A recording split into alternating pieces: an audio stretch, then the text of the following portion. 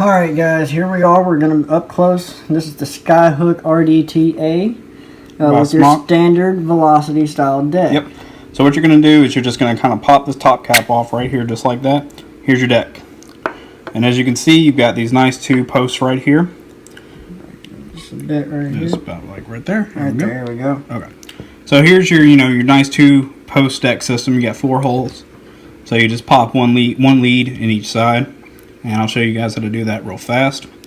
So what you're going to do is, I got this one right here, and I'm going to be using some tri-twisted Claptons. Very, very nice, very cool. I believe these are 3mm. You're going to stick one end in here. We're going to put one lead in the bottom of one post, and then one lead in the top of one post. Yes. Indicating positive and negative. Right. So the next thing I'm going to do is, I'm going to get my little handy dandy tri tool here. Well, first, one thing I want to mention is, you want to look this here. Is you don't want your coil to be sticking out like this. Right. Like you want to try to position it. If it's bottom airflow, we recommend trying to position it over that airflow hole. Exactly. Just right. like so. Yep. Just where it's right just there. Just like so. Because you want to make sure your coil isn't going to end up touching your actual chamber section at all. You want to make sure that it just, it just kind of sits in there and kind of floats. Exactly. So. And sorry about the way this is being filmed. This is very new to us. Yes, this is. We're trying here. Okay, so what you're going to want to do then is you're going to want to take your tool, using the wrong end, and then you're going to tighten this one lead down. And you'll feel it when it gets tight enough. It'll have a good amount of restriction, and you want to be a little bit careful because you can strip these, and believe me, that is not fun to do afterwards. Is trying to get out a strip screw. But you want them to be good. You want them to be good and tight. See about right the lead there. is actually bending and everything itself, and that's what you want. You want kind of it to be let good you and tight. All right. Then I'm just going to spin it right around here, and then I'm going to screw in this bottom lead right here, and I'm going to go ahead and tighten that down.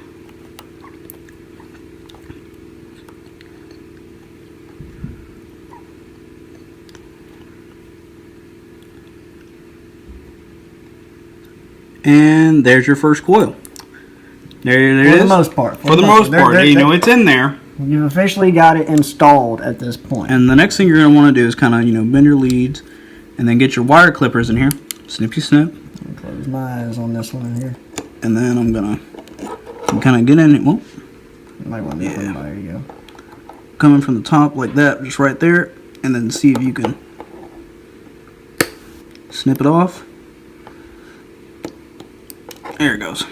And there you go. You want to try to get it as flush as you can to your post there. You can see right there how I've got a little bit sticking out. That's really not that big a deal, but you can always bend that down with an Allen wrench or something like that. You get it out of the way. And so let me go ahead and clip this other lead right here. And then let me actually kind of see if I can kind of trim that up a little bit. There we go. So, there it is. There's our first coil installed. Now, all you need to do is straighten it out. Yep. And you can use, tweezers, or if you have something like a flathead screwdriver. Yeah. Something actually, good point that out. Something like this right here would be perfect for that. It's magnetic. Picked up one of those leads. You kind of stick it in here, straighten her out. Make it look all nice and pretty. Yep. Make her look all nice and even and pretty. Let's see. So, there you go. There's your first coil. That's all you have to do for that. And then you're just going to take your second coil, which I'm going to drop it right here, and you're going to slide it in through this bottom hole and this top hole, just like that. And again, positioning it over the airflow. Yep, just right over the airflow, just like that. Just so y'all can see it. Yep. There it is. And then this one is a little more tricky because you've already got that other coil just right in your way. But just kind of hold it in place. Tighten down your lead. Try not to let it move around too much. If it moves around a little bit, it's not that big a deal. But try to keep it from moving around. Go ahead, tighten her down. And these are flat kind of coils, so that's why these are bending so much.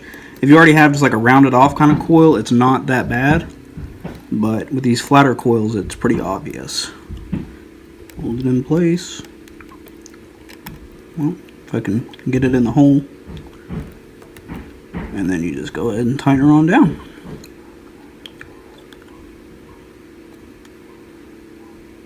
Till she stops. Okay. So there it is. There's that. This one, actually, what I like to do is I kind of bend these over to the side a little bit. So that way they're kind of out of the way before I clip them. And then I just kind of come in over top like so. And I'm actually not used to having wire clippers. I actually just use fingernail clippers most of the time. There's one. And see if I can actually bend that out a little bit. There's two. Now you can see there's a little bit more of a lead sticking off these right here. What you can do is just take, say, a pair of tweezers and just kind of grab it and bend it in. Just like that. Keep them out of the way. Just keep them out. You don't want them touching the other coil. Right. So you just want to kind of bend them, keep them out of the way. No touching other coils or touching any other metal. That's Right. why you want to cut them kind of short and all that And kind I'll of go stuff. ahead and straighten this one out. And there we go. There's your dual coil build right there. There's your dual coil build, and the next thing you'll do is you'll pulse it, make sure that there's no hot spots or anything in it. Wick her up and you're ready to go. I'm turning on my device. I had my device turned off that entire time, so make sure that you have it locked or turned off while you're doing that. And then I'm going to go ahead and just fire these real quick. And you can see how this one right here is heating from the outside in, not the inside out. What you're going to want to do is, ceramic tweezers we were talking about earlier, you can actually sit here and just kind of move it, kind of space it out a little bit. And then this one right here, you can actually see what we're talking about by hot spot. See that guy right there? That's a hot spot. Don't want those. So again, you're just going to space it out a little bit, space it out a little bit. And I'm used to using metal tweezers as well. So see, I got another hot spot sitting over here. Kind of space it out. You can scrape them out too. Yeah, you can just sit here and scrape them out like that. Just sit here and do that. And some of these are a little bit hard to bend, but once you get them heated up, they're a lot more malleable. They are a lot more malleable. But as you can see now, they're glowing from the inside out. Now I'll show you how I do my builds. I build a little bit differently than him when it comes to all of that right there. I'm gonna pick. But the actual install itself that's all you got to do. Yep. And then there we go. Now these are a little uneven, and I'm actually not 100% sure on how to really get those out. I've been fighting. I think what that is just maybe a slightly different length and lead that causes that, but it's not a huge deal, and it's not. Sometimes I've had to tighten down my screws a little bit more to make a better connection. You just got to play around with it sometimes. You really got to play around with it sometimes. But as you can see, both coils are heating up. There's no hot spots. Glowing from the inside out. And that's what you want. So that's really all you need to know for actually installing your coils. The next thing that you'll be doing is installing your wick. And we'll show you that in just. All right, and here we go. Here we go. Here's going to be our little wicking tutorial. Now what you're going to want to do is, what we're using right now is cotton bacon. And, show them the package real quick. Yeah. Show them the package right quick. So right here's your packaging for the cotton bacon. Boom, right there. Stuff's really nice. It's probably one of your more familiar and one that everybody will see. Most vape shops carry it, and it's a really, really good, just vaping cotton. So yeah, it really is. That's for the most part. That's what I use. So yeah, I mean, I use it too. So it's a very nice wicking source. So what you're gonna want to do is you're gonna want to get a piece of cotton about this big, about this big around. This will all be depending on the size of your coil. I'm using 3mm coils, and you're gonna want to twist up just one end like this. Push it right on through your coil. Then tug on it until you can see right here I'm getting some restriction. That about right there is where you're going to want it. You want your wick to be tight inside your coil. And with an RDTA, the thing is the way that this works is your wick kind of goes down into your glass, and then you kind of move your glass around and everything, so that way your wick can continue to get saturated. So you want to clip these a little bit longer than you would for an RTA or an RDA. So what I like to do is I like to measure out, just kind of push down right here, and then I'm going to clip off about this much right here. And sometimes cotton is a little bit of a bitch to cut, pardon my language. But the next thing that you're going to want to Some do, more off that end. think so? Yeah. I was actually just going to. Yeah, you can pull it back. You can pull it on through, or you can do that. But the next step you're going to want to do is, and you're going to want to do this with everything. I'll just use these pair of pliers right here. Yeah, there we go. But like that, you're going to want to take something and fluff it. Kind of get in here and push in, push up, and you just want to fluff the ends out so that way it absorbs juice better. And this could take some time. This could take a few minutes, or if you get it really good a couple times, it could take a few seconds. You just don't want it to be condensed, because this way right here it absorbs juice a lot better. It really does. So the next thing I'm going to do is I usually just use your standard little Allen key right over here. I'm sorry, I don't know where this camera is. I'm just kind of throwing stuff up, and he's trying to film it. Basically, keep it right over here. Yeah. So here's your Allen key, and what I like to do is I just take it and I just push the wick down inside the wicking port. Now, this one has a little bit of a drawback, and I'll show it to you in a minute when I actually go to fill this thing up. I'll show you the wicking ports real quick. Yeah. Those holes right there on each side of your coil, that is where you're going to be putting your cotton, as you can see right there. Right. And then once you get it shoved down in there, You can see can see the cotton is barely poking through. barely peeking That through. is what you want. You Yep. want it to be just barely peeking through. So, when you're ready for your next one, you just do the same thing over here on this side. Kind of measure out how much you want. And I'm going to clip it off about right here. And again, we are sorry about the quality of this. Yeah, we're still trying to kind of figure this out. This is a whole new... We will get better at this. Take it towards the back of the scissors. There we go. So, there we go. And then what we're going to do is, again, Allen key, whatever you got, just go ahead and get in there and kind of fluff it out. Make it all nice and fluffy. You want it to look kind of like a little white afro, or like a cotton ball almost. And then you're just going to want to take it and pop it down inside here. And wicking is going to be one of the things you really got to kind of play around with to learn.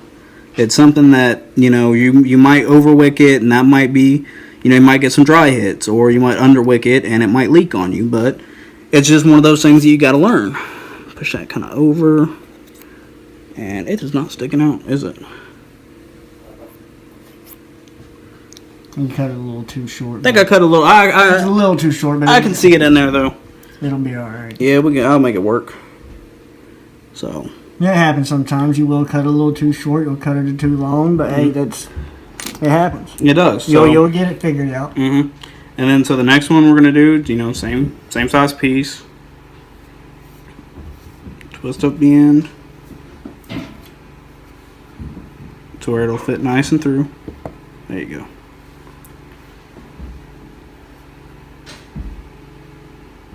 Just push it right on through. Alright, so now you can see it's nice and tight in here.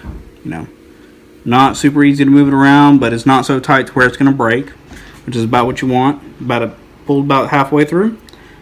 Go ahead and just clip the ends of your wicks again. It'll eventually get to a point where you can just do this by sight. You really can. Yeah. Especially if you know your device. Yeah. You can just sit here and clip it off. And then this one might be a little bit longer. But with your first one, if you do it like this, you can always just kind of pull it back a little bit. And then just go ahead. Got to fluff it, brother. Ah! See, he's messing it on up there. I am terrible about fluffing. I never remember to fluff the ends of my cotton. But I can tell you that when I do, I can tell a big difference. I get in too much of a hurry. The cotton out, the way it wicks is it's a lot different. It's like it's almost a night and day difference. It really, really is. So I can get it a little bit better with that. But I mean, I've done it before where I've forgotten to fluff it and just shoved it on in.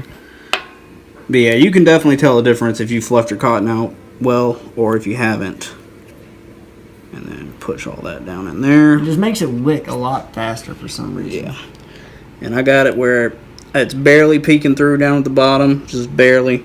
And I'm going to go ahead and just now let you know real fast. The reason that I was saying that this one's kind of annoying is this right here is your fill port. That's not an airflow, that's your fill port. And as you can obviously see, it is stuffed with cotton. There is a whole bunch of cotton in that hole. How are you going to fill it up with cotton in that hole? Got to sit here, and it's a lot easier to do after you kind of wet it. But you separate these two pieces of cotton, kind of get in there and just kind of pull them off to the side. And if you can get down in there, and you can make a nice little hole, like right there, as you can kind of sort of see down in there. Yeah, you can see that kind of little hole right there. That's kind of what you want. Now, still, whenever you fill it, the cotton might get too saturated, and then it might leak out still. So this device is a little, it's very finicky. You just got to keep playing with it and playing with it until it wants to work right. Yeah, this is not my favorite RDTA. I can say that. Yeah. But we wanted to show you this one because it is a standard velocity style deck, which is a very easy deck to build on. Yes. And again, I may have cut these too short, but it's always fixable. And the best part about this is that how much was that bag of cotton bacon? I think I paid $6 for that one off Six- of Element Vape. $6 off of Element Vape, and Brick and Mortars, the one I got was $11. So I mean, even still at $11, it's a whole lot cheaper than a $20 pack of coils, and you get a whole lot more use out of that one bag of cotton than you do a 5-pack of coils. But there's that. There it is, all nice and wicked up. Everything's all down in there, about as good as I want it to be. Now, next step is to fill her up and get her wet. Yep, we'll juice show her you up. that in just a second. Yep. We'll be right back. All right, now here we go. Getting her wet and filling her up. This is the next process. Take your juice. I happen to be using Morning by E-Liquid Depot. Never tried this stuff before, so it'll be a new flavor for me. It's supposed to be like a blueberry banana pancake with maple syrup. Not excited. Not excited. I know he's not excited about that at all. But what you're going to want to do is go ahead and just kind of juice up your cotton a little bit. And what you want to do is you want to try to avoid getting juice in that bottom airflow hole. Kind of like what I just... It's not a huge deal if you do, but the juice will just leak right through on out right there. Yeah. Which I'm doing a terrible job of avoiding, but... It happens, man. I mean, it's not unavoidable. Like, you can't just... It happens, man. It really does. So go ahead and get these kind of nice and juiced up. You can kind of paint it on, or... I mean, if you're brave, you can just sit there and just dunk it on there if you want to, but... The next thing that we're going to have to try to do, again, like I was saying earlier, is this fill hole right here that's full of cotton. Well, I bet you $5 if I try to just go ahead and squeeze it in here. It's working. Oh, it's actually, yeah. Look at that. It's a lot easier on the avocado. A lot easier on the avocado. Way easier on the avocado. But I bought this. This is now my child to deal with. And the principle of having that cotton coming out the bottom of that right there, just barely peeking out, whenever you take a puff off of this device and it's tilted back, that juice is constantly feeding to that cotton. Constantly. So you're avoiding dry hits altogether. Yes. You're avoiding your dry hits, and it's making it to where it is almost the convenience of a tank. I mean, It really is. You don't you have get to your sit 5 there and mils drip all the time. Right. And now that I have got these juiced up, I believe, to where I want them, I'm going to go ahead and throw this top cap on and take a puff and see how we did.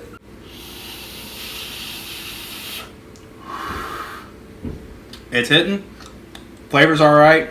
Hasn't quite broken in yet. But it's hitting good. As you can see, I'm getting some bubbles coming out there. I don't have any leaking. There you go. That's your initial build on your RDTA.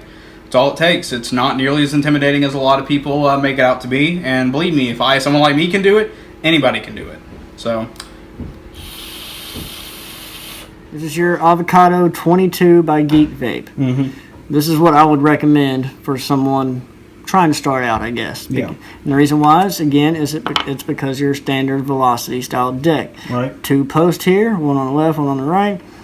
2 holes on each post. 4 screws. Just unscrew those. 1 lead on the bottom here, 1 lead on the top here, and then vice versa on the other side. And that's it. Yep. We're going to do a single coil build on this one. And I'm going to be using a single space Clapton here. Yep. And like I said, it's going to be 1 lead in the bottom, 1 lead in the top. And what you want to do here, and Alex, try to get a close up, is you want this coil to be positioned kind of right in the middle of those 2 holes. And the reason that is because it's pretty much the perfect distance away from here. So it's not, if it's right here, you're not going to be able to get your cap on. Yeah. So you want it to be right here in the middle of these 2 holes.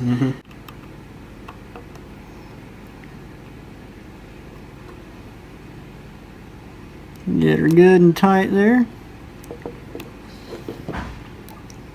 Tighten down your other end.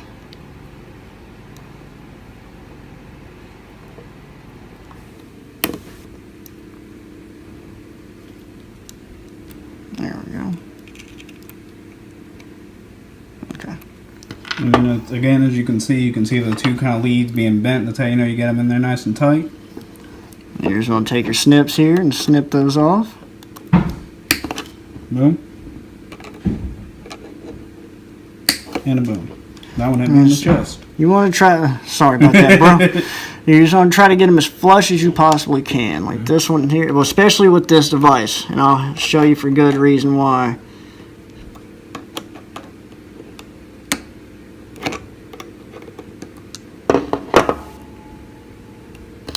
That one needs to be a little shorter. And again, all this is kind of just trial and error. I mean, You got to play with these things yep, sometimes. this isn't going to be just as nice and easy as throwing on a sub-ohm tank.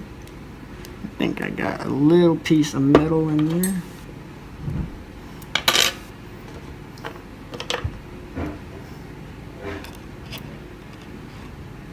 Magnetic Boom. screwdriver. The magnetic screwdriver is always nice and helpful as well. I never thought of that until just now. Yeah. And now using the same screwdriver, actually I'm just going to straighten out my coil here. Just get it in there and just straighten it up. Trying to get her as nice and straight and even as you possibly can. Mm-hmm. Woo. That's why you turned your device off, buddy.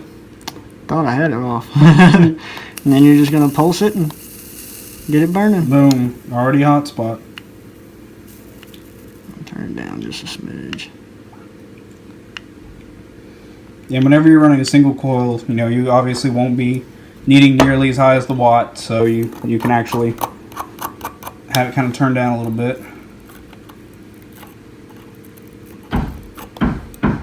And there you go, right off the Boom, bat. right there. Nice, even.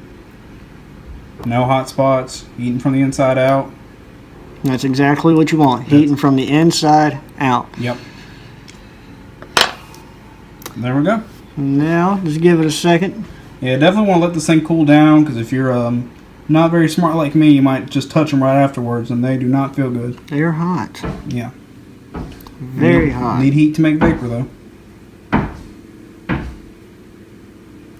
But yeah, you can see him over here. He's twisting up his little... Just twisting up my cotton here, Yeah. giving that a little bit of time. And if you're impatient like me, what I like to do is I'll just take it and Just blow on that thing like you would soup. Try to cool down some soup before you eat it. I'm good to go. There you go. Good to go. A little warm, but Yeah, not but hot. it ain't gonna burn your hands. It ain't gonna burn the cotton. Now just put your cotton through your hole here. And this is where I generally have my most problems, is getting the cotton through. Yeah. Yeah, wicking is definitely going to be the spot where you need to kind of play with it the most and kind of learn it. And for me, I like to just straighten out my cotton the best I can and get it as straight as I possibly can. Mm-hmm. And then just pull it on Yep. through. I like to pull it most of the way through. And that way, because to me what it's doing is it's building up a fluff right there at the end as well. Mm-hmm. And then, just like Alex with the Skyhook RDTA, I'm going to put it end down. And measure it out, see how much you need to clip off. Boom. And just like that right there. And just from a visual aspect of that side. And like we said, once you kind of get used to clipping these things and you get used to working with your device, you can actually just kind of eyeball it. And now, There. Now, I always like to use something like this to do my fluffing. I don't like to use my tweezers. They don't seem to work as well. What I like to do is I like to just kind of poke at it and move it around. And just get it just about like so. Real nice and fluffy all about. Because if you can see what your scissors do is they just completely like clamp that end. For some reason, it just makes it to where it can't suck up that juice. yeah. Yeah, so the more fluffy it is, the more juice it's going to absorb, and the less likely you're going to be to get dry hits. And you know that even if you wick it up and you fluff it out good enough, you can actually chain vape on these things pretty well. Yeah, and then that's it right there. Now all you need to do Is You can see on With this this other one, side, it is a little more difficult shoving your wicks in than it is on the Skyhook. because as you can see kind of over here on this side, you get these two little holes right here. And that's where your wick's going at, just these two holes. So you don't have like a whole open side like you do on the Skyhook. And sometimes getting my tool right under that coil sometimes a little difficult. Mm-hmm. Pull that back on through.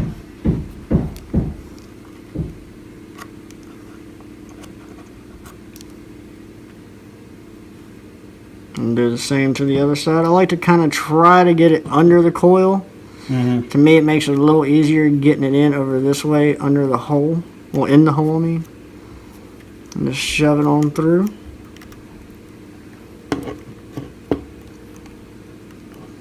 From the back of the coil helps sometimes. Not that time. And there you go, I got it. You got your cotton just peeking through on the end. Yeah, you can I see probably how- could have took a little bit more off on that one. But really with this, it's not that big a It's deal. not that big a deal. One thing that I do want to point out, and if you can see it or not, I don't know, you want to try to open up some space in here where the cotton is poking through to get a little bit of air going in under your coil right there. It makes it wick just a little bit better. Yeah. But sometimes you just can't reach it. Okay. And now all there's left to do is to fill it up. Juice it up, fill it up. I'm actually going to be using the last little bit of the Dollar E-Juice sampler that we had. This is the strawberry sour belt. And what I'm going to go ahead and do is fill the tank up for the most part first. These bottles are hard to squeeze. Yeah, these are not the easiest squeezing bottles, but hey, for $1 getting to try out these flavors that were that good, I'll deal with a hard to squeeze bottle. And as you can see, just like I did, he's kind of painting some of that on his coil. And what the Painted cool on the thing wick. about these RDTAs are, if you oversaturate your cotton to where it's dripping, that's okay. Because it's just dripping right down into the tank. Yep, it's not going to leak just because you over drip it. It's just going to go right back down in the tank. Yep, that's it. And then, yeah, he's using these two back holes right here. If you were to build this in dual coil, those holes right there is actually your wicking spot for your other coil. But when you're running it in single coil, it's just the perfect spot for you to put your juice in. Yes, the absolute perfect spot. If I was running this in dual coil, I probably would not be able to fill it up. Right. It's very hard to do in dual coil. But this is an incredible single coil RDTA. Absolutely wonderful. And as you can see now, he's got it up to the brim, and you can see that cotton sitting down inside that juice. And then it comes with this ceramic plug right here, if I can keep a hold of it. Yep. And then what you do is, if you got your leads flush enough, it will fit in here just perfectly, just like so. And that will prevent juice from leaking out. Yep, so now he's just going to go ahead and put his top cap on. Make sure you line up your airflow with the coil. With the coil, you should be able to see the coil right through there. Yep, and you can see it sitting in there. And then actually on the other side, that plug's got a small hole in there for a little bit of extra airflow. And that plug, what it's supposed to do is to block off most of the airflow so it's not too much. Right. Because there's no coil right there. Exactly. So now, basically what all there is to do is to vape it. So you make sure it works. Looks good. Wonderful. Yep. I dig it. I dig it. This is a damn good device. It Yes. really is. I was very happy with this purchase with the Captain and the Avocado. Mm-hmm. It's a beautiful device itself. So, yeah. Here we go one more time.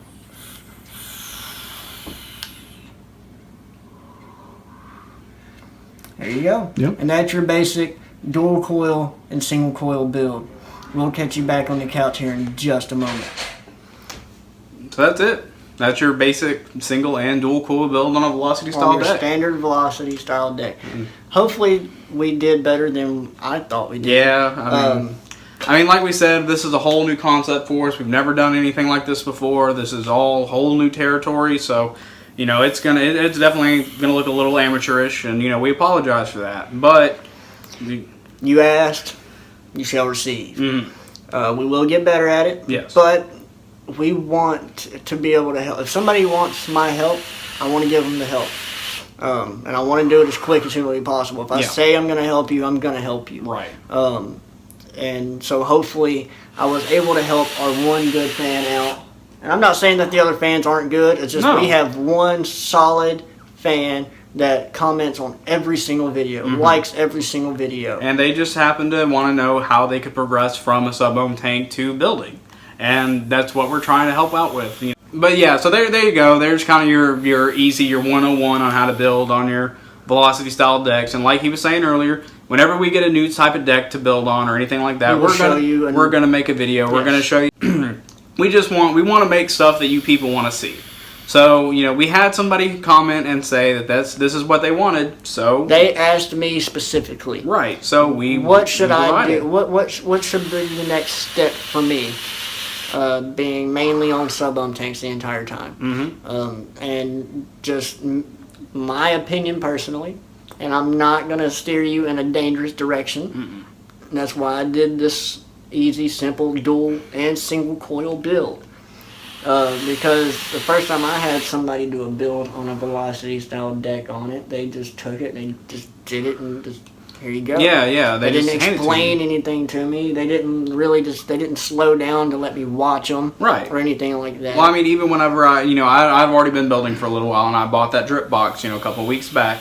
The gentleman at the shop just went ahead and grabbed it, and they just went ahead and wicked it up, and here you go. And I was like, I kind of wanted to do that, but all right. I mean, that's great. Thank you for the help behind this thing. But at the same time, there's a lot of people who are intimidated by building and wicking and everything else, and we're here to show you that everybody can do it. This isn't just like the Extreme Vapors Club anymore. We want people to sit down and we want you to enjoy your beginning vaping experience, and we want you to see that this is a great alternative to smoking. This is I haven't smoked in years. He hasn't smoked in years. And it could potentially turn into a big-ass hobby like us. Yeah, exactly. But some people want it just to get off the cigarettes. And, hey, cool. Yeah. Cool. Actually, I have to agree with, I think it's Rip, who he thinks that the Juul is probably the best way to start off if you're trying to get off of smoking to vaping.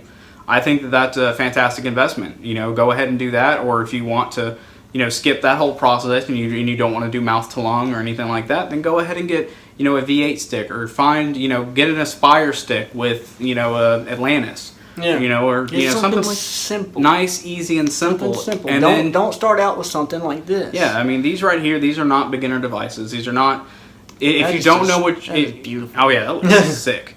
But, you want to make sure that you're going to enjoy what you get and that it's, it's almost foolproof.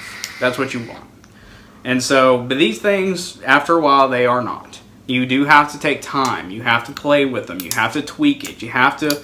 There's so much you have to do. So, that I think that the RDTA is kind of the way to go. Yes. After your sub-ohm tank, because you still have the convenience of having, 2 to 5 mils of e-liquid, and you don't have to sit there and try to drip it every so often, and you don't have to worry about checking your cotton every 2 seconds to make sure it's not dry. Exactly. All that kind of stuff. So, and with an with an RTA, they can be a little finicky. They gotta play around with them a little more to make sure you get your wicking almost just right. And I feel like that for a lot of people who first get into building, if their device is leaking all the time or you're getting dry hits all the time, it's gonna turn you off. And that's what we don't want that to happen. So we feel like an RDTA is kind of your next logical step to go. And I think that the Avocado 22 or 24 is a fantastic device to start with. Fantastic device to start with. And you know what, that's pretty much it. Yeah. Really, I feel like we've covered the bases and the whole principle of building. It's really not as intimidating as it seems. It's actually pretty easy once you get used to it. But you need to play around with it. But make sure you know a little bit about Ohm's Law. Yeah, I was just fixing to say, you just need to make sure you have the certain things that you need. Like, we really recommend ceramic tweezers. I really recommend getting actual wire cutters. Like we were saying earlier, you can use fingernail clippers, but they don't work the best. They're not the best, but you can still clip your leads with them. We really recommend at least reading a little bit about Ohm's Law. Yeah. So that way you know the ohms versus amps and all that kind of stuff, so you don't have a battery go poof! Yeah. And, definitely go ahead and start off with a regulated device. Go ahead and start off, with something that, if something does happen, it's either not going to fire, or if something is to happen, 9 times out of 10, you're just going to accidentally fry the board. And that's basically everything you need to know. It's not nearly as intimidating. Make sure that you know a little bit about Ohm's Law. do some research, look up some stuff. If you have questions, don't ever be afraid to ask. If anybody, Ask me anything. ask him. Anybody else, just go to him first. But Definitely come to me first. Come to me first. But just don't ever be intimidated about asking questions. If anybody sits there, and My daddy always told me the only stupid question is the one not asked. Exactly. So if anybody ever tries to give you crap for asking a question that's a simple question or anything like that, then they're for lack of a better word, they're an asshole, and you shouldn't even be asking them anything anyway, because they're not going to help you. They're just there to be an asshole. I'm not going to give you shit about asking me anything. I could care less. So, just, don't be afraid to ask questions. Don't be intimidated. It's not nearly as bad as everyone thinks it is. Just preach safety. Make sure battery safety, Ohm's law, the whole 9 yards. Just make sure that you know what you're doing to not get hurt. I can't get over it. It's just beautiful. And we'll have a review on this guy in a little while too. Very soon. All the stuff you see, if you're like, wow, what is that? You'll eventually. Yeah, well, you'll definitely. We're going to get around to it. It's more of just right now making sure that we test everything out thoroughly, that it's going to be a good device. Because the last thing we want to do is recommend something. About a faulty device. Yeah, I don't want to recommend something to you and then you turn around and go, "Hey, I bought this thing and it's a piece of crap. Why did you recommend this?" No, we don't want to do that. So. We stress test everything, and we test it for a long time. Usually our minimum is a month. That's usually our minimum. Yeah. So, but hey, we're gonna jump out of here. If we missed anything, let us know. If you have any other questions, let us know. Yep. Preach safety. Mm-hmm. Don't get yourself hurt. No. And just make sure you have the tools that you need. Yep. That's all you need. Yep. And just don't be afraid. Don't be afraid to ask questions. Not at all. Yep. But we're out of here. Y'all have a good one.